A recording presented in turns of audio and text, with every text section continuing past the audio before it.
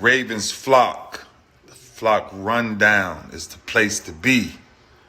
My man Ryan has been a lifelong Ravens fan since he was born. So I'm telling you now, it's about to go down. The podcast, the flock rundown. Ravens, baby. Nothing gets better than waking up and wondering how high we can fly. Tune in. Motionless brainwaves attempt to swim their way to sense, can't tame the untamed. Appreciate you, Ray. What's up, Ravens fans? My name is Ryan, and welcome back to another episode of the Flock Rundown. So day 2 of the draft is in the books. Steelers suck! The Baltimore Ravens have addressed some major needs. They got a starting right tackle in Rosengarten, and then they also went and got an edge who they had as the best player available on their board in Adisa Isaac from Penn State. So we'll talk about both guys and what they bring to the table and how they're going to fit. So we'll start with their second round pick, Rosengarten, who's going to play right tackle, I think. But he played left tackle in college and right tackle. He protected Penix's blind side. Roger let up 0 sacks, which is a pretty insane stat line. The Ravens are pretty fortunate to land the tackle that they landed. Roger was projected to go off the board in the earlier to mid-second round. He ends up falling to the end of the second round. They kind of avoid a tackle run. It seemed like in the first round, there was a ton of tackles going, obviously, throughout the entire first round. Pretty much nobody that the Ravens had on their first round board was draftable at 30. And then in the second round, there wasn't a run on tackles, which does make sense since there was in the first. So there wasn't a run on tackles for most of the second round. But right before the Ravens pick, some guys started to go and they were losing their offensive line options. But the Ravens end up staying where they're at.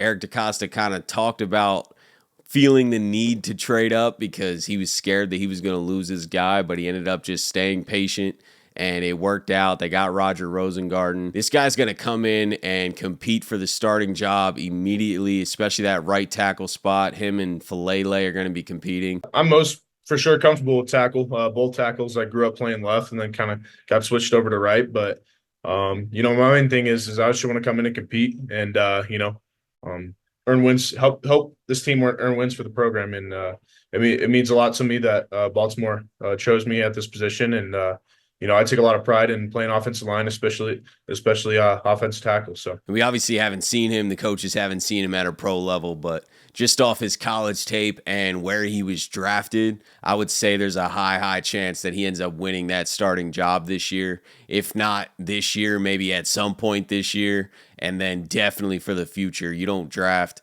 a top guy like this in the second round who's falling to you. This was best player available and need. DeCosta touched on how this draft board is kind of falling in the Ravens' favor. Well, I think, so far we've gotten pretty lucky. I talked about trading up yesterday, and, I was tempted at one point. I got scared today a little bit, but we just stayed patient, and we were fortunate. I think when your need and best player kind of match up, then you really have something special, and I think that's happened a couple times for us, and so it's good. I think tomorrow we're in a position where we're just basically open highway, and we can just sit back and just draft the best guys that we see on the board without any real thought to position or how they're going to fit roster-wise. We're just going to draft the best football players. And we talked about this in yesterday's video when we took Nate Wiggins, but the board is falling perfectly for the Ravens to draft ahead of the curve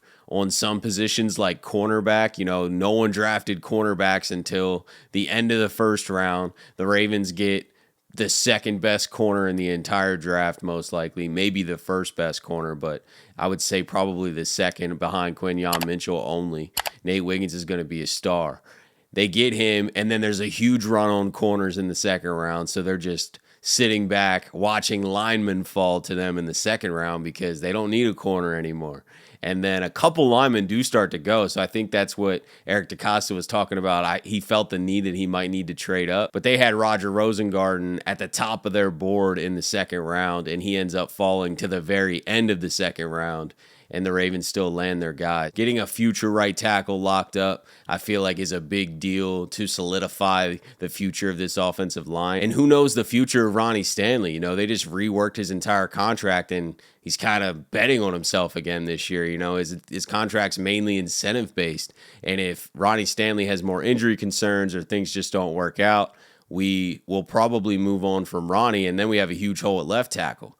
Do we move Roger Rosengarten over to left tackle? Is he that good that we want to move him over there, or are we back on the market for a left tackle next year? You know, these are things that they got to think about. But drafting a guy like Roger gives them the future flexibility to kind of, draft left or right tackle depending on if he can play both. If he is a great starter at left tackle and right tackle, then it gives them flexibility moving forward after the Ronnie Stanley era. Where the game's headed and where our offense is, we need more athletic linemen that can kick out, run downfield, block on screens, also great at pass protection, just flexible, mobile linemen. And this is what this guy is. He's going to continue to get stronger. He's only 21 years old. He'll work on his strength. He'll grow into his body more. I don't see how he doesn't win the starting job. I'm really high on this pick. I think he's polished for how young he is. And most importantly, the Ravens fill a massive need. The offensive line was by far the biggest hole coming into this draft. And we get a guy in the early rounds who is also the best player available on the board. I think that's a win-win. We'll jump to the end of the third round. The Ravens ended up taking Adisa Isaac, edge from Penn State. This guy's a freak athlete, ton of potential. I didn't have him as best player available at that spot. I thought that they may jump on Troy Franklin, and maybe I'm just being biased because a lot of boards had Troy Franklin way, way higher. Borderline end of the first round, early second round, at least somewhere in the second round, and then he's still sitting there at the end of the third round. I was like, all right, man, we do need a receiver too. Obviously it's not an insane hole, but we need to add that third receiver or get some future blood in there. And I just thought Troy Franklin may have made sense there, but they obviously love Adisa Isaac, and when you throw on the tape, you can see why. I mean, he makes a ton of plays, 14 and a half sacks at college. He was opposite of Chop Robinson, and they were just both wreaking havoc. I'll say I'm just a disruptive, very lengthy, bendy, twitchy, just violent player. So I'm very versatile. I can make plays from dropping, make plays from rushing, make plays from in the run game. So I'm just a very versatile player. You can plug and play me anywhere.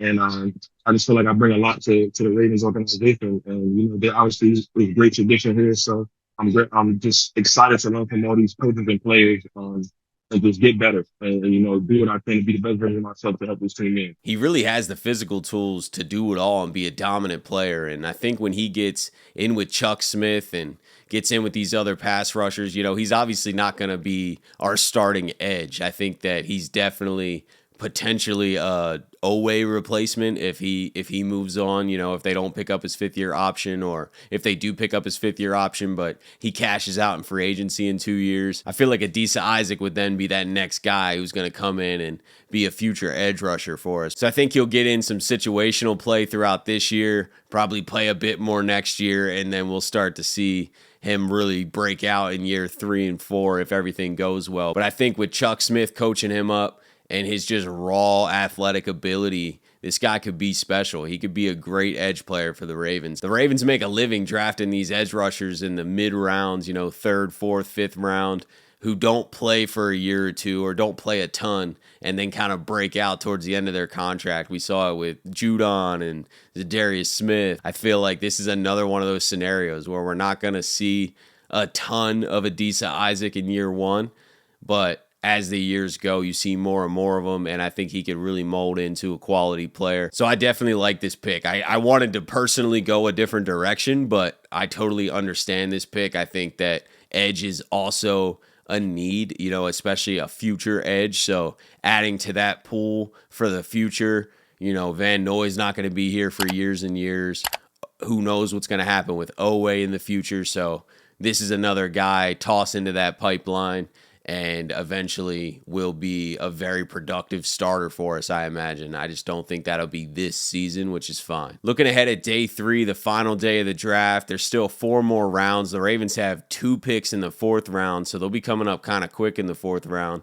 And Eric DeCosta said, we're just drafting the best football players. We've kind of addressed our major needs outside of wide receiver, I'd say. We're probably going to draft a wide receiver, but it sucks because you know how it goes when you draft a 4th round back wide receiver. We've done this many times.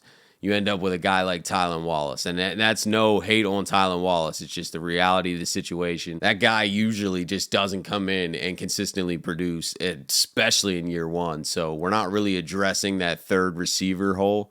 So it seems like they're pretty confidently going in with Zay, Bateman, and Nelson Aguilar. But it is a deep receiver class. There's still some quality guys on the board. Troy Franklin from Oregon is still on the board, so I'm sure he'll come off early. But the Ravens pick a little earlier in the 4th round from that Jets trade with Morgan Moses. So if Troy Franklin's still there, I feel like that would be an absolute steal in the 4th round. So we'll see how it plays out. I'm pretty happy with the draft and how it went so far. Let me know what you guys think. Who would you have taken?